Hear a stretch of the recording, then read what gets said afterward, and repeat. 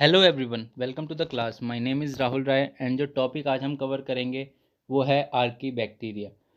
हमने previous class में discuss किया था बैक्टीरिया के बारे में, जिसमें हमने इसके स्ट्रक्चर्स को और इसमें पाए जाने वाले ऑर्गेनल्स के बारे में बेसिक इन्फॉर्मेशन अपनी कलेक्ट की थी। अब आज हम जो डिस्कस करेंगे वो है कैरेक्टरिस्टिक्स ऑफ आर्की बैक्टीरिया और टाइप्स ऑफ आर्की बैक्टीरिया, जो कि 3 है, जिसमें फर्स्ट है मैथनोजेंस, थर्मो एसिडोफिल्स और हेलोफिल्स। इन सबको हम थोड़ा डिस्कस करेंगे और जान लेंगे कि ये एक दूसरे से कैसे रिलेटेड हैं, क्या क्या इनमें होता है और किस टाइप के ऑर्गेनिज्म हैं। तो स्टार्ट करते हैं कैरेक्टरिस्टिक्स ऑफ आर्की बैक्टीरिया। तो आर्की बैक्टीरिया जो है, सबसे पहले इसे आप जान लीजिए कि ये एंशियंट बैक्टीरिया है, मतलब कि बहुत ही पुराने बैक्टीरिया है।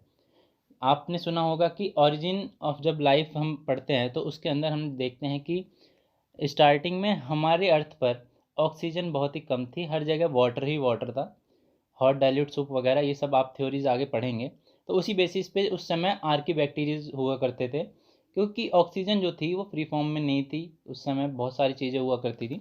तो उन सब कॉन्सेप्ट्स को हम अभी एक साइड रखते हैं और सिंपली ये समझते हैं कि आर्की बैक्टीरिया जो है वो एंशियंट बैक्टीरिया, मतलब पुराने बैक्टीरिया, या आप ये भी बोल सकते हैं कि प्राइमरी ऑर्गेनिज्म।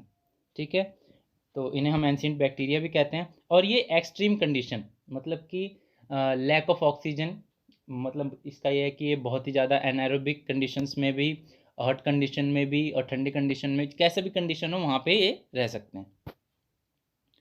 नेक्स्ट जो इनकी कैरेक्टरिस्टिक है वो है कि सेल वॉल में पेप्टाइडोग्लाइकन्स अब्सेंट होता है।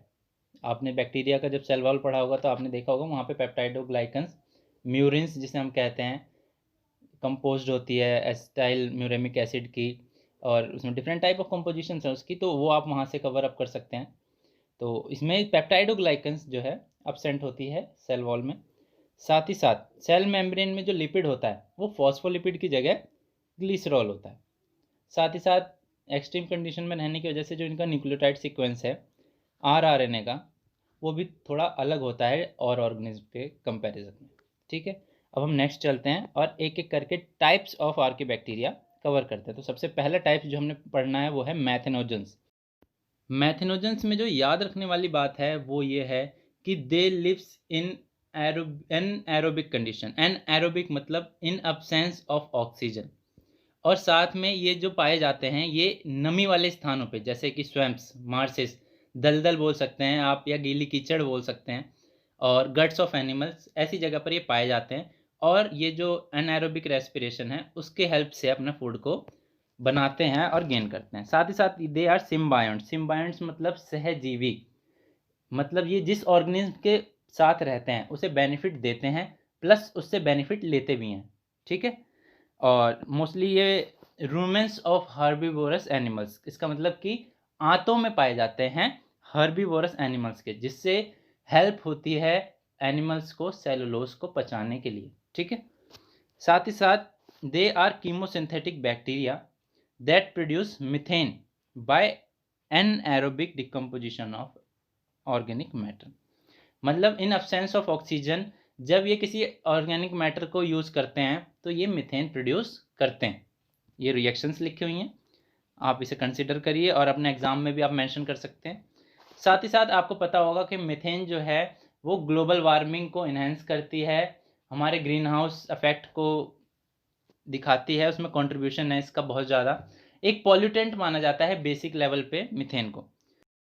साथ ही साथ the fermentation of cattle dung by methanogens, methanogens की हेल्प से जो कैटल डंग्स को सड़ाया जाता है या ब्रेक डाउन किया जाता है, उसकी हेल्प से एक प्लांट डिज़ाइन किया गया है जिसे हम गोबर गैस प्लांट भी कहते हैं। एज ए फ्यूल हम यूज़ करते हैं। इन सब चीज़ों को हम आगे चल के और भी अच्छे से डिस्कस करेंगे। सो नेक्स्ट जो टाइप है हमारा आर्की बैक्टीरिया का वो है हेलोफिल्स। तो हेलोफिल्स का मतलब है दे आर साल्ट लविंग।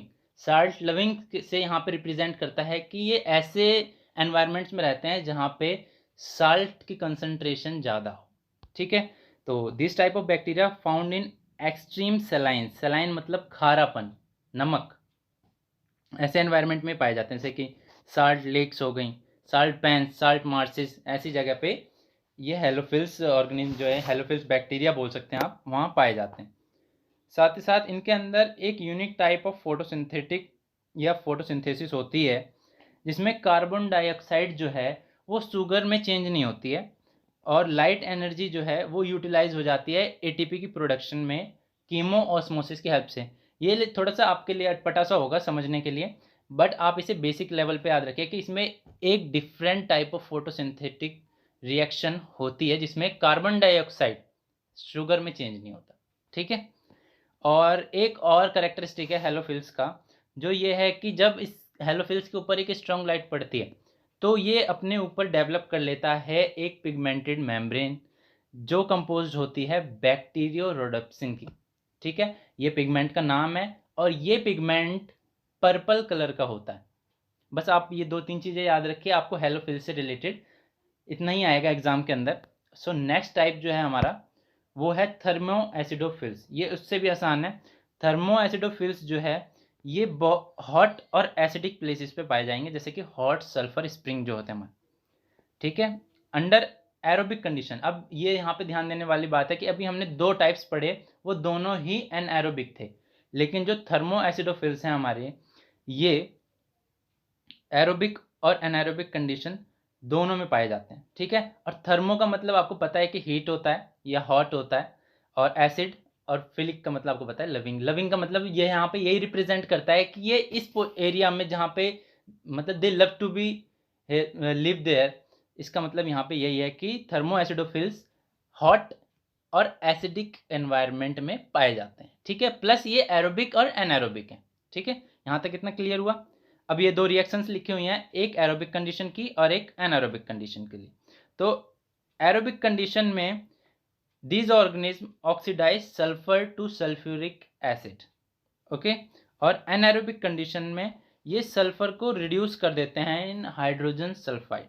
इसके एग्जाम्पल लिखे हुए हैं थर्मोप्लाज्मा और थर्मोप्रोटस। एग्जाम्पल्स आपको इतने याद करने की जरूरत नहीं है, बस आप इतना बेसिक जानिए कि आर्की बैक्टीरिया जो कि ओरिजिन ऑफ लाइफ में जब सबसे स्टार्टिंग हो ही रही थी, ऑक्सीजन जो है फ्री फॉर्म में नहीं थी, तो हमारे जो हॉट डाइल्यूट सूप वगैरह के अंदर जो सल्फर और ये elements different type of present थे, उनको यूज़ करके वो कैसे अपने आप को सर्वाइव कर रहे थे, किस तरीके से, तो उस टाइम के लिए वहाँ पे आर्की बैक्टीरिया प्रेजेंट थे। यू बैक्टीरिया उसका थोड़ा एडवांस फॉर्म है और आज भी हम इसे स्टडी करते हैं। साथ में आर्की बैक्टीरिया हमने स्टडी कर लिया। अब जो हमें नेक्स्ट क्लास में डिस्कस करना है वो है माइकोप्लाज्मा, और रिप्रोडक्शन करेंगे हम पूरा कवर मोनेरा के अंदर, ठीक है। तो इसी के साथ आज की क्लास ख़त्म होती है। Thank you.